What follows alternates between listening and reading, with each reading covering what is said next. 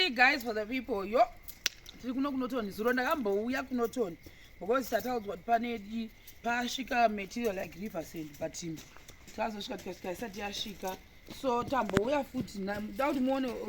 nezuro ndakazodonha zvevanhu vamwari uya kuno kwainaya kuchipfunapfuna ndobva ndazvambuka tasekurubheni apa tichingoshaudzana tichifamba saka pana ndazotanga imbotsvaga yangu yapeps imbopinda mubhutsu tasaka pepu akati wanga warova peps ndio inotoda kuno kumadhaka guys iyo chigredha baba taseshangu gombo remurume saka ni tarai mvura tinoapa watsika kuda koda majombo kunoko irotosvedza iri saka kwambonaya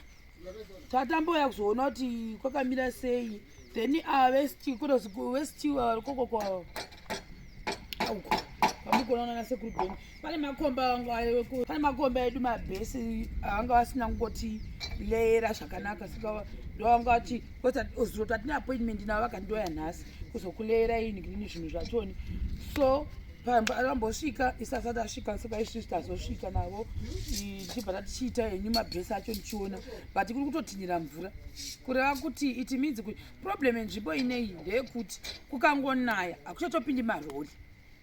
ndo dambudzo rekuno ndonga mukuona ivhu racho irori taiona rakaita dhakaridhakare mumatoro but kukangoita zuva 1 or 2 days munhu kana atori nemari dzake akutomanyamanya kuti uya nemetiyo kuno kusaiti tatakumirira kazhinji kacho ni futi tine vanhu vatinoshanda navo kuno kwanouya pamarisho vanotifonyera kuti marori akupinda uyai ndozvaanoita so now tasai mukatumu ndikutosvika kufamba kuda mukatumu bhozi ndikunamuka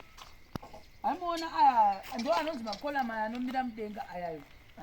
so injiniya akaya akati inspector achitiudzwa kuti toda kuti tiche so saka muzasi mabhesi akadigwa ndo mamukona bhesi akadirwa then anonzi makolama aya ndo akamira akaenda mudenga akatoitwa shuttering so isusu timba yedu because aititi let's say for example togona kuita 15 so taifanira kuti ingadei zvinhu zvedu because pana patisina Riversand ingadei ranga richiripo maekara akatopera kudigwa tine saizi yedu yatakatoudzwa kuti tofanira kudira pane kugumirwa nezvinhu zvinhu chazokuradzai futi zvinhu zvachoni mukati saka ipapapa haana kudirwa esai so we are praying in the name of Jesus kwamukuona kwese kwani munoona kuti that's why taimhanya kuti tidire mabhesi edu mukatarisa kuwani munoona kuti imvura yekutanga kutonjenga imomo saka apapa tatichi tikapedza kudira makoramu toita backfilling tikapedza ta backfilling then trenching yedu iyi ichaiswa mabeams ndo yetinoita kuti sei yatatakamanyira maybe this week tingadei tatoipedza but unfortunately zvinoiwanika ndo patiri pano saka esa maekera makola makamirira kudigwa akatwa Shuttering amuri kuona esai zvakadhizainwana nasekurubheni zvamuri kuona izvi achongori zuva ravakangoita vachigadzira zvinhu zveShuttering mese makomba ane makomba akatwa Shuttering then kwese kuno kwamuri kuona uyai kuti kuno akatowanda kusvika zasi ukoko kwavakaisa ematimba iyi saka takatonoitenga timba iyoyi iyi takatonoitenga paWhite House ndakaenda ndakangovaudza ndobva ndatomhanya ende guys tatichimanya kwete zvekuseka because tatichimanya nepesi yekuti because inini chese chaitaura injiniya ndaibva ndatotaura kuno client yedu itobva ngati mhanyai ndichitongomhanya ipapapo zuva rovira ndaitozosvikirwa panapa ndatoone zvinhu zvangu but now we are stuck panayo yokuti tiri kuda Riversand ndio yatamirira and I think mukutoona ndikutonaiwa ndiri panapa saka marori haatopikana kuchongonaya kuno kumarori hapindi but ukangoita 2 days kukangooma marori ototanga kutopinda so ndo zviripo tofanira kuwedzera futi Quarry yedu iyo tikaona 1 load more toisa kana 2 loads zeRiversand makola medu ekubheki uko kwanditagoni kupinda because kwakunamuka gumbo rangu mukuriona ndo zvarakatoita iri handigoni kuti ndikuinde ikoko because ndosvedza manje saka apa vari kugadzira uyu zvavanoda kugadzira manikikina ava vari kugadzirisa vanga vasati vapedza because kwakusina kuchizerewa saka ndo vadaita sei avadangosiya vatisungira so that vasazongodzoka because asi vachazodzoka iva vestiw ava vachadzoka kana vakuita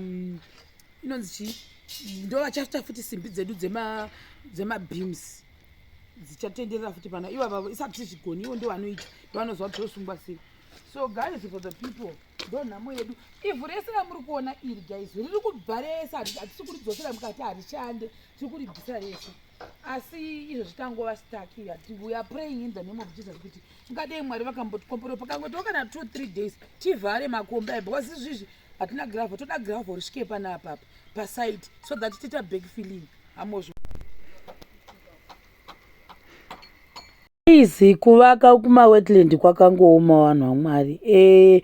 but chaka kwakazooma then ndakabva ndazona client chimanya umbodii umbomanya nekuti makwari anga achisvika Riversand ringe achisvika magravhu anga achisvika guys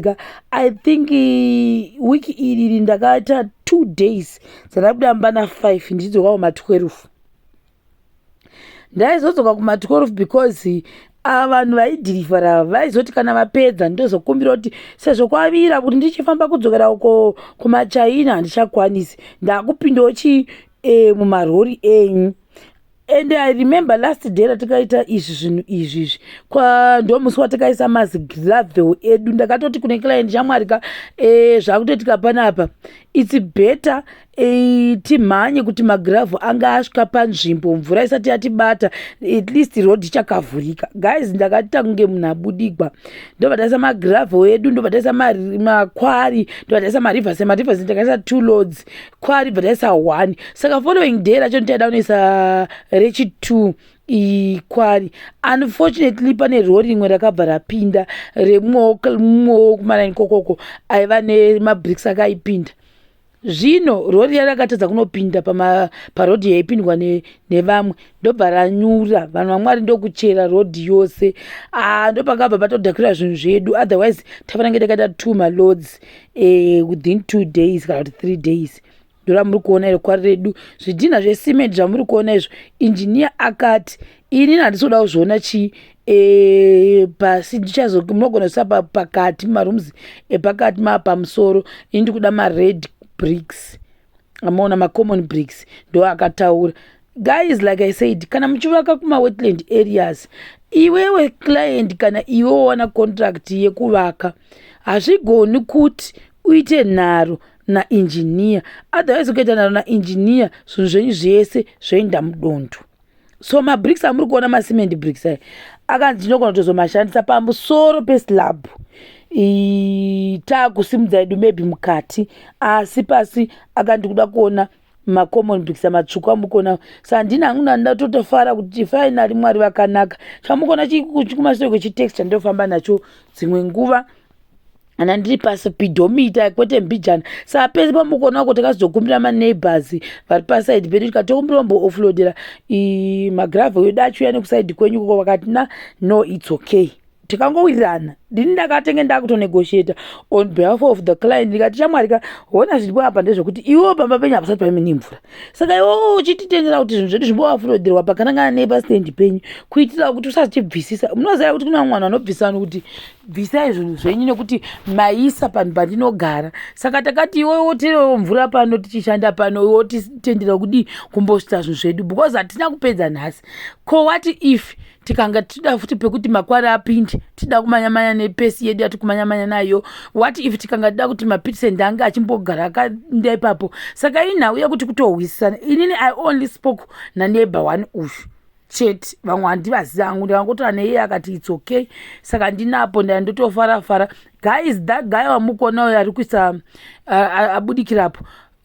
makwari angaita sekuti apinda murodhi ndobva tora foshoro ndobva tanga kudi kufoshorera makwari aya kuchipinda mukati so that vakwanise kuwana pekufamba napo apo papasati patombonyatsa kushatapo pakakatonaka pamukuona apo pese apapo saka ni ndo zvinoita area iyi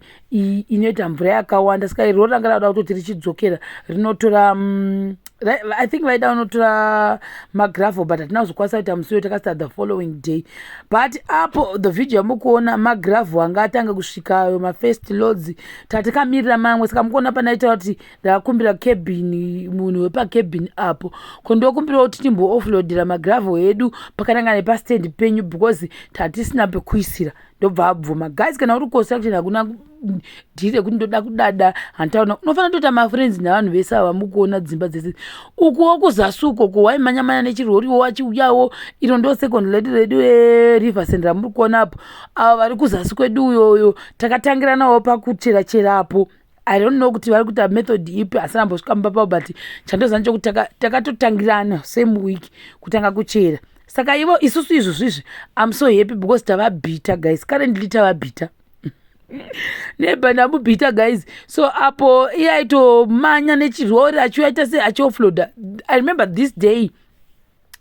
panhu paipinda nemarori papari pastendi pemunhu. Saka mukona ndimoona zvanoita rodi yayo inobva yanyanya kunyudza singaiti. So back to our story, pastendi pemunhu paipai ndo pamunhu yaatanga kusafenzi guys. Takaita kunge ticharidza mhere kwete mbijana. Hamunozviona munhu akuvhara akatopa vhara zveshuwa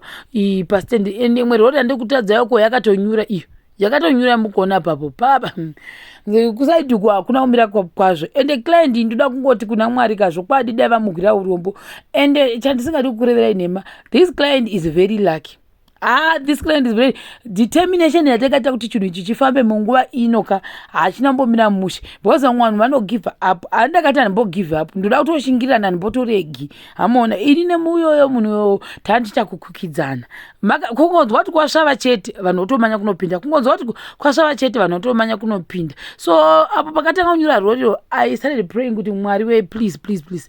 dai rangobuda. The other reason why vanhu vanga vachitadza kupinda napo mungona kuti pesa apa hapapindiki. Saka even marori kuti aoffload anga akutadza kunyatsoti ainde kunoofloadira kustendi kwati atakumbira because vakada kuramba vachiita mavhiri avo kuti aende nekusaidi mota dzainyura. Ende imwe yacho yakatozonyurawo zveshuwa. But esa muri kuonayo guys pamberi pemavidhios apo muchazoona kuti akabviswa ese. Apa akangosvika akaoffloadwa mukati mama makona ndatozobuda ndikatoti koma akuta muchi offload muchienda kusei tinoda kuti zvinde kunechekustendi kwemunhu uku. But vanhu matipa munongowaziva. So now we started working very hard kutora kuti zvinhu zvibve murodhi. Hamunozviona mota dzikwanise kupinda but kamabvisa. I'm so happy. Apo takasvika pakusara tisina kana pekupinda napo parodhi but within 2 days papashama pese guys. Mazikomba yakai anopedza mari handikureverai nhema. It's not easy kuvaka kunzvimbo idzo dzamukuonapo. Sapangwa kutanga ovhura but pese izvi currently hapasina kana chinhu vamukuona apapo. Ndaona sekurubheni wanga waitoshanda wati avo. Saka ndizvozvo guys for the people. I think in the next video nenda kuradzai kuti